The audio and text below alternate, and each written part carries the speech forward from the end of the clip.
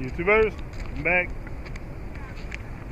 Yeah, lots of stuff happening, lots of people talking.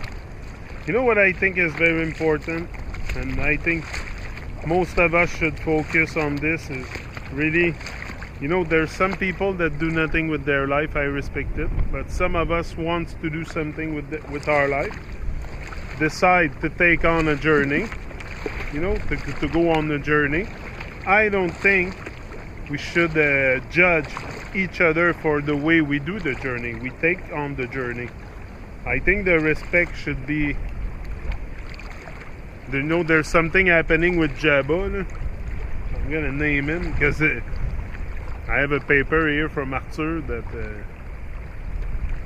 anyway, there's a lot of bit of drama concerning Jabba and his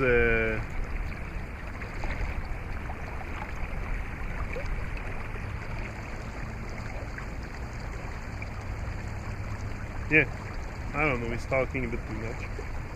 He's writing a bit too much, or anyway, that's his thing. Yeah.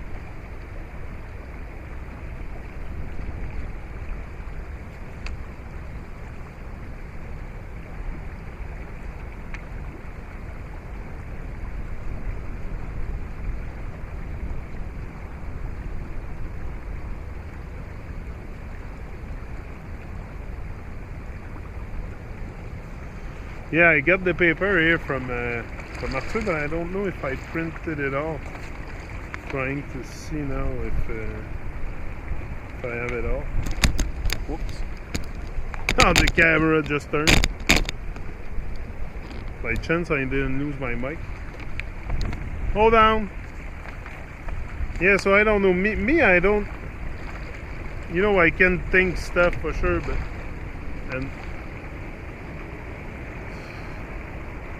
like even after even being attacked, I don't even feel the need to retaliate something, or even when people talk about me, I don't even feel the need to because if I fight, to me it's unconscious to judge each other for the way we do our journey, or the ways that we do it, or the steps that we take, or to me it's complete nonsense to judge each other. So if I start, I'm gonna end up unconscious myself. I want to go to a place where there's more love, more realness, more better vibes. So I'm not gonna fall into this. So that's my point. People can talk, but they're not in my shoes. Like Jabba can say anything about me, that I'm a YouTube junkie or whatever, but he's not in my shoes. As now, I never walked in his shoes either, so that's why I don't judge his journey and the way he does it, and the ways he takes to express himself. Him, it's in music, whatever is your. So creating and holding and nurturing undefined unconditional space virtues of love, that is a living dream of man's life, provides the opportunity for others lost to definition trauma to enter and fully experience it.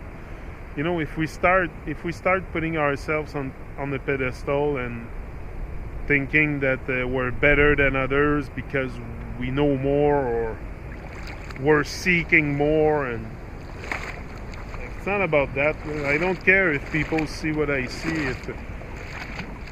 What I have to care about is the example I set for my children and for other children and other people that see. That's the thing. We must set a good example. Never know who's watching. And also, if my way is YouTube, whether I make 5,000 or 1,000,000 videos, I prefer be here than sitting at home in front of the TV or being distracted. So that's my way to exteriorize my trauma, and everybody should respect it. Just like I respect other people's journey. But if we keep going after them, confronting them with a swinging baseball bat repeatedly, they will not have the calmness and confidence available to experience an undefined reality, and will continually default to a defined dream world that is the ego refusing to stay in an undefined space. At worst, they will be seen backing out from entering an undefined reality when at first they clearly showed sign they wanted to enter into and stay there to experience it. Being flighty, we unnecessarily scare them off. We really have to... Oh, a big fish. Oh, I just saw a big fish.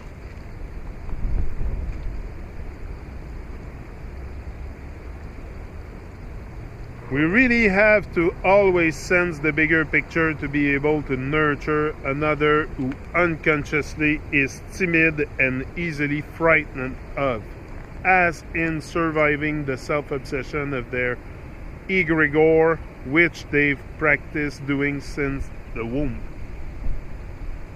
Yeah.